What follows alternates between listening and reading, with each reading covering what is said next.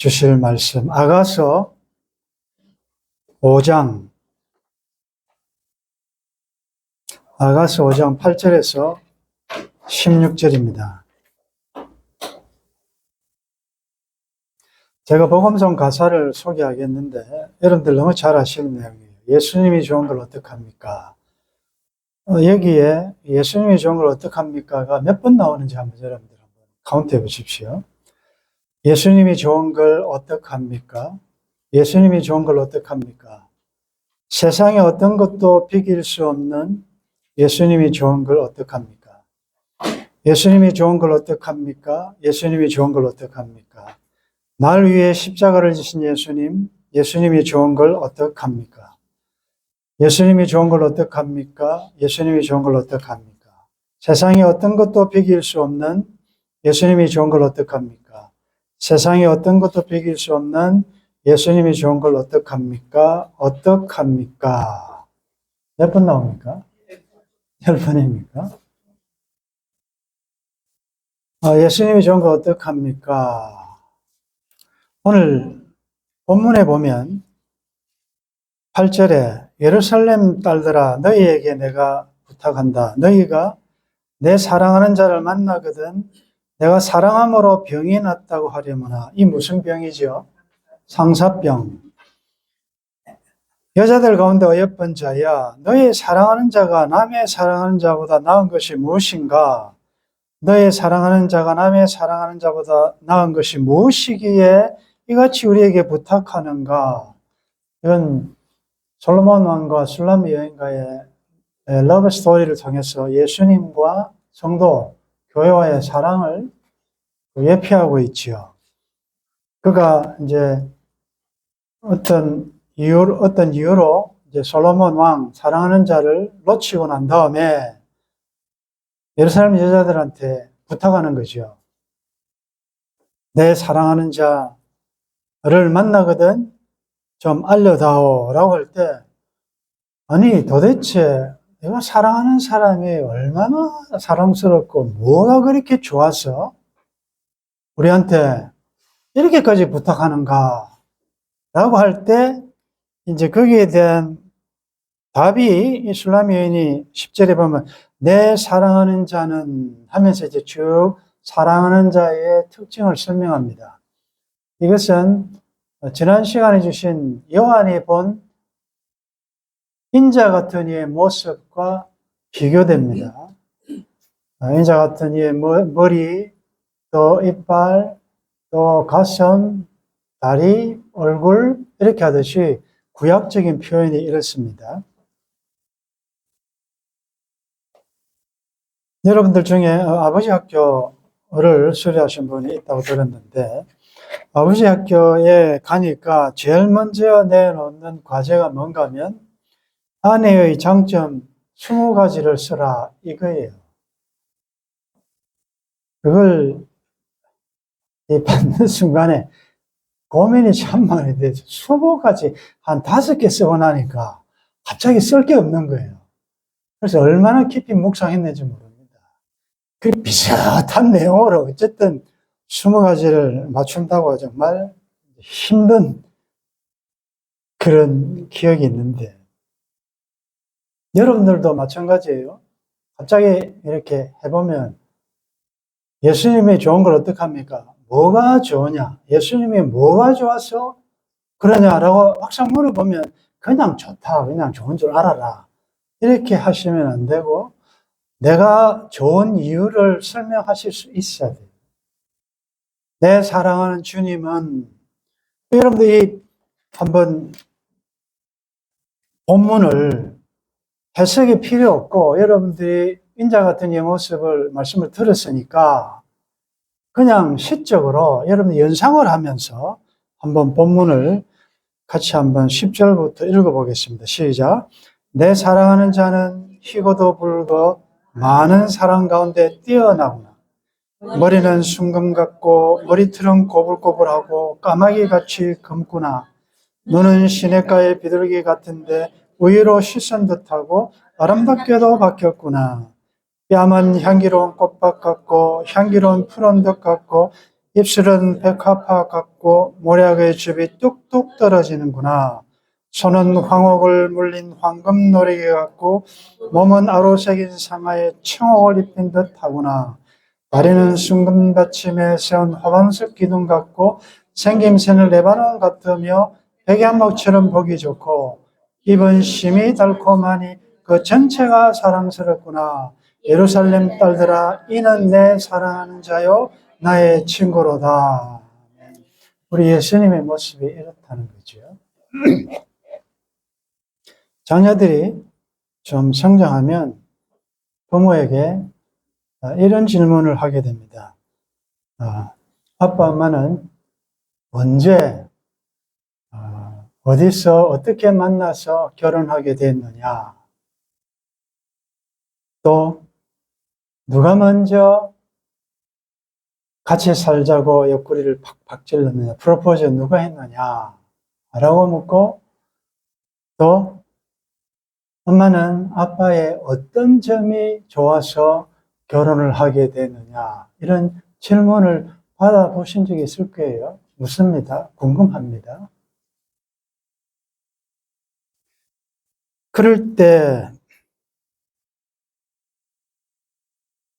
이제 우리가 처음 사랑 회복에 대해서 들었으니까, 습관적으로 이전에 했던 그런 답변을 이제 고치셔야 됩니다.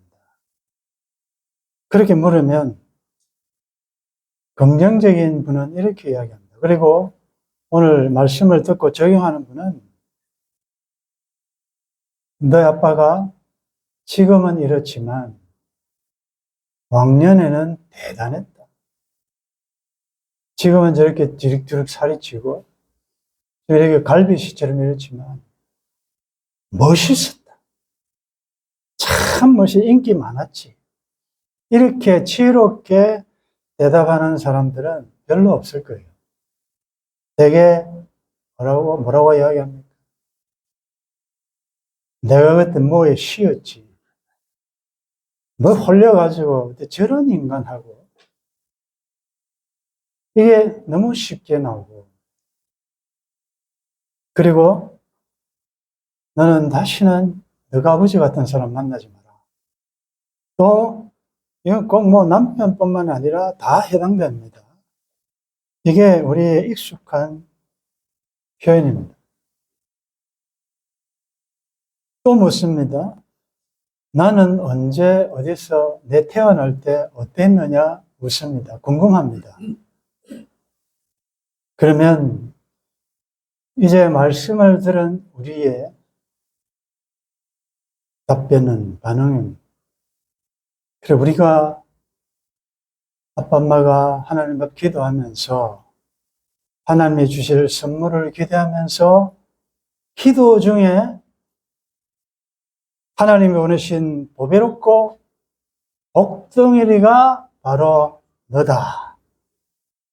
근데 이런 표현은 잘 안 합니다.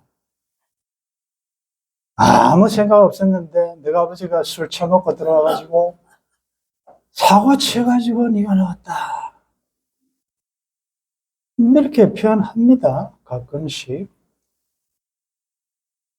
제가 이전에 목회했던 교회에 집사 한 분이 있는데 그분은 대인관계에서 굉장히 어려움을 많이 겪어요. 근데 이제 깜짝 놀랄 비밀을 알게 됐는데 그것은 그 부모님 중에 한 분이 어머니겠죠. 너는 태어나서는 안 될 아이였다라는 말을 들었다는 거예요. 여러분들이 자녀들에게 줄 가장 큰 유산을 무엇이라고 생각합니까? 돈이라고 생각합니까? 뭐라고 생각합니까? 여러분들이 아이에 대해서 굉장히 아쉬움과 섭섭함과 저놈의 자식이라고 말씀하시기 전에 아이들은 다 보고 있거든요. 정말 자긍심, 자기 자신에 대해서 정체성이 강한 아이는 가끔 제가 이야기한 대로 궁금한 겁니다. 우리 아빠 엄마는 어떻게 만났을까? 그럴 때 기도하면서 정말 하나님이 주신 나의 반쪽이고 선물이, 그래서 아빠 엄마를 만났고, 그럴 때 애가 건강한 자아상을 가집니다. 그 부모에 대한 이 긍정적인 이런 생각을 가진다. 왜? 우리 아빠에 대한 존경심이 생기는 거지요. 근데 늘 하는 말이, 물론 살다 보면 참 처음 사람 회복 쉽지 않습니다. 살다 보면 기대처럼 그렇지 않기 때문에 결혼 전과 후가 너무 다르다 보니 자연스럽게 아쉬움이 나오죠. 완벽한 사람이 있습니까? 피차 아쉬움이 나오다 보니까 풀 데 없다 보니까 자꾸 자기에게 유리한, 그리고 자기에게 호의적인 아들, 딸한테 말할 수밖에 없어요. 근데 기억하십니까? 아십니까? 그게 그 아이의 정체성에 상당한 영향을 끼친다는 거예요. 아, 내가 전혀 약속도 기대도 기대하지 않는 사고로 내가 태어났구나. 그 애가 어떤 자세로 살겠습니까?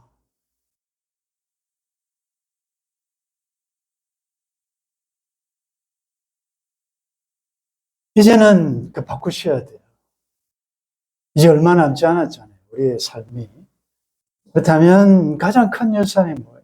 지금부터는 점점 완벽한 사람도 없고요. 완벽하게 장점만 있는 사람도 없고, 장점만 하나도 없는 그런 사람도 없고요. 내가 어떤 관점으로 보느냐에 따라서 달라지거든요. 지금 보시라고. 여러분의 남편, 아내, 부모는 자식, 자식은 부모에 대해서 장점을 찾아보시라고. 그 점을 자꾸 내가 떠난 이후에 이들이 세월이 흘러도 자기의 부모를 그래도 믿음으로 살려고 애쓴 부모다라는 것을, 성경대로 살려고 애썼다는 걸 아이들은 다 알아요. 엄마 아빠가 티격태격하고 사이도 안 좋고 다 알아요. 말 안 해도 다 알아요. 느껴요. 속으로 정말 좀 잘 살았으면 좋겠다. 좀 얼마 남지 않는 세월. 그래서 좀 서로 하면 그때 안심이 돼요. 이 자녀들은 그게 좋은 거예요. 그래서 자기가 삶의 어려움이 있어도, 와, 우리 아빠 엄마도 이런 어려움이 있었는데 그 말씀으로 믿음으로 극복해 내가는 보면서 거기서 이 영적인 면역력이 막 생기는데, 집에서 늘 이런 부정적인만 보면 외로워요. 자녀들이 외로워요. 부모가 이러니까 무슨 말을 하겠어, 나가서. 힘이 없는 거예요. 재미가 없는 거예요, 삶이. 여러분들 동창회 가시면 이제 바꾸셔야 돼요. 여고 동창회, 대학 동창회 친구들 모임에 가면 단골 메뉴가 제일 맛있는 게 뭡니까? 남편 씹는 거 아니에요.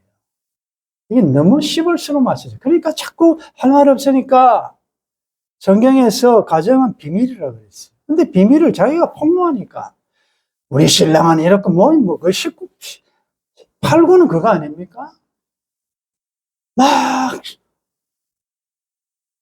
그런데 그 중에서 유독 이 산돌계 저 친구는 오면 남편 자랑하는 내 신랑은 우리 신랑은 자꾸 이러면 이제 묻는 거지. 도대체 너희 신랑은 집에서 어떻게 하길래 너는 우리가 보기에도 뭐 그렇게 뭐 부유하고 그렇지도 않는데 어떻게 그렇게 너는 남편을 자랑하냐 라고 말할 때 그냥 이렇게 하면 안 되고 오늘 본문에 있는 대로 내 사랑하는 자는 머리부터 발끝까지 그 예수님의 모습이 쭉 나오잖아요.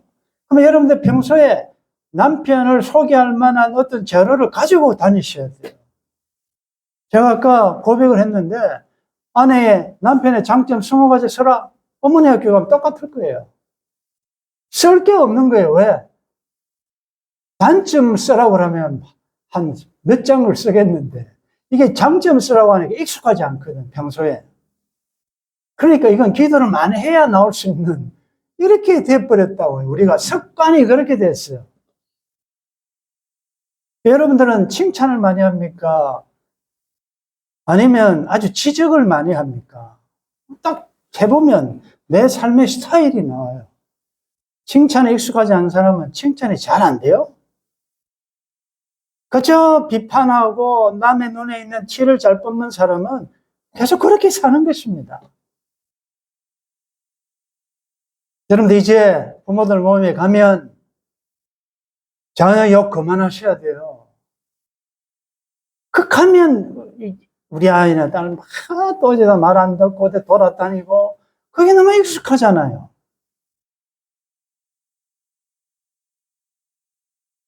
오늘 아침에 제가 청첩장 소개한 대로 그 아이가 태어나기 전에 얼마나 기도했고 태어났을 때 얼마나 좋았습니까?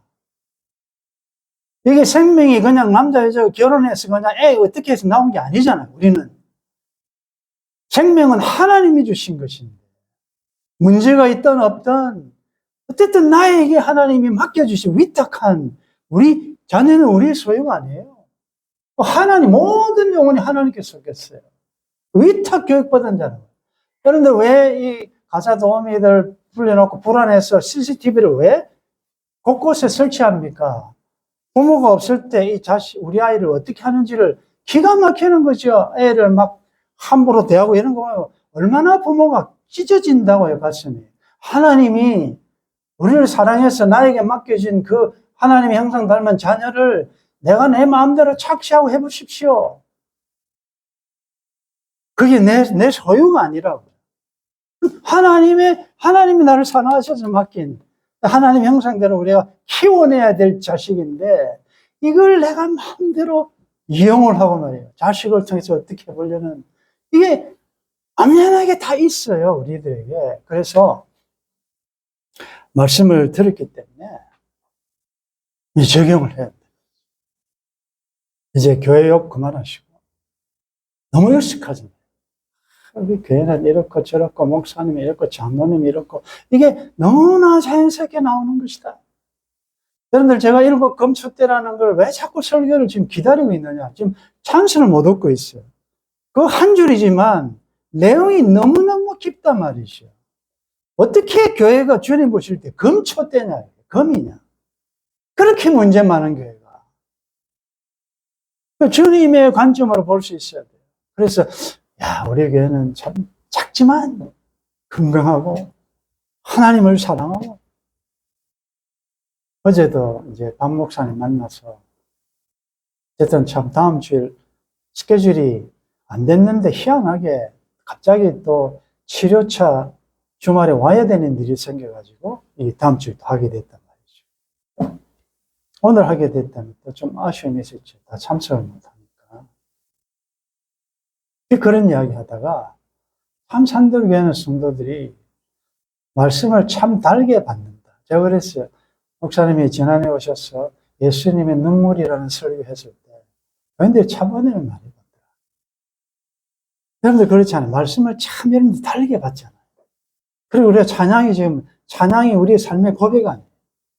이 찬양을 통하여 하나님이 주시는 은혜와 내가 또 하나님에 대한 내 사랑을 올려드리는 이게 그래서 여러분들이 눈물을 흘리고 막 이렇잖아요.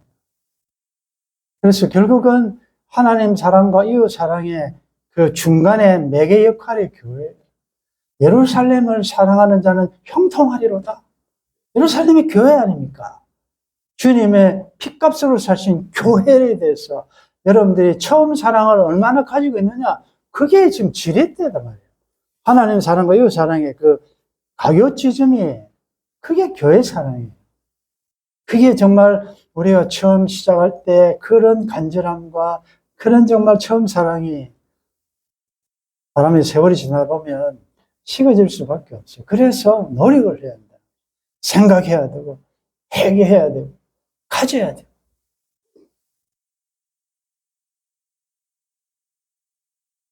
우리는 예수님이 좋은 걸 어떡합니까? 묻게 만들어야 되고 물을 때 예수님이 어떤 분인 것을 소개할 준비를 하셔야 돼요, 여러분들. 너 교회 가면 그렇게 좋으냐?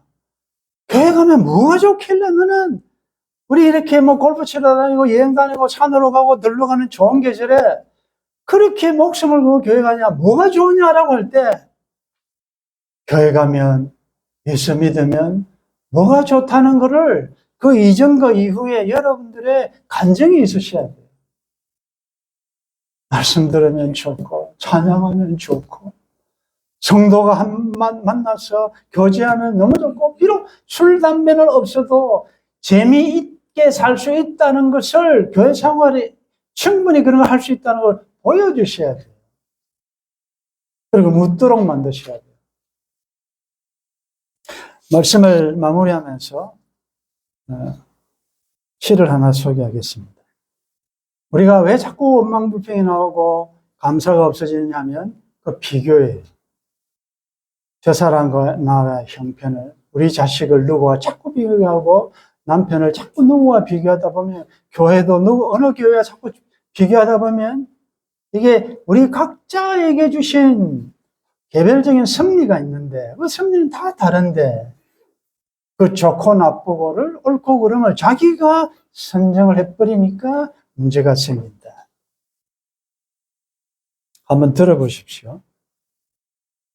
바닷가의 모래밭에 어여쁜 돌 주워보면 다른 돌만 못해 보여 다시 새것 바꿉니다. 바닷가의 모래밭에 수도 모를 둥근 차돌, 어여뻐서 주운 것도 주워들면 싫어져요. 조금 더 설명하면 어여뻐서 바꾼 것도 주워보면 싫어져요. 어여뻐서 바꾸고도 주워보면 싫어져요. 바닷가의 모래밭에 돌멩이도 너무 많아. 고운 돌도 너무 많아. 맨 처음에 버린 것을 다시 찾다 해가 져요. 이스라엘 백성들이 처음 하나님의 사랑을 잊어버리고 여기 기웃 저기 기웃 세상 우상 돌아다니다가 하나님께로 돌아가야 되겠다. 해가 진다. too late, 어떨 때는 너무 늦을 수가 있다는 거죠. 그래서 이것이 처음 사랑을 회복해야 될 이유고, 힘들더라도 주님이 사랑하셔서 우리에게 주신 그 말씀 잘 받들어 말씀을 적용해서 삶에서 열매 맺는 여러분들 삶 되기를 주의 이름으로 축원합니다.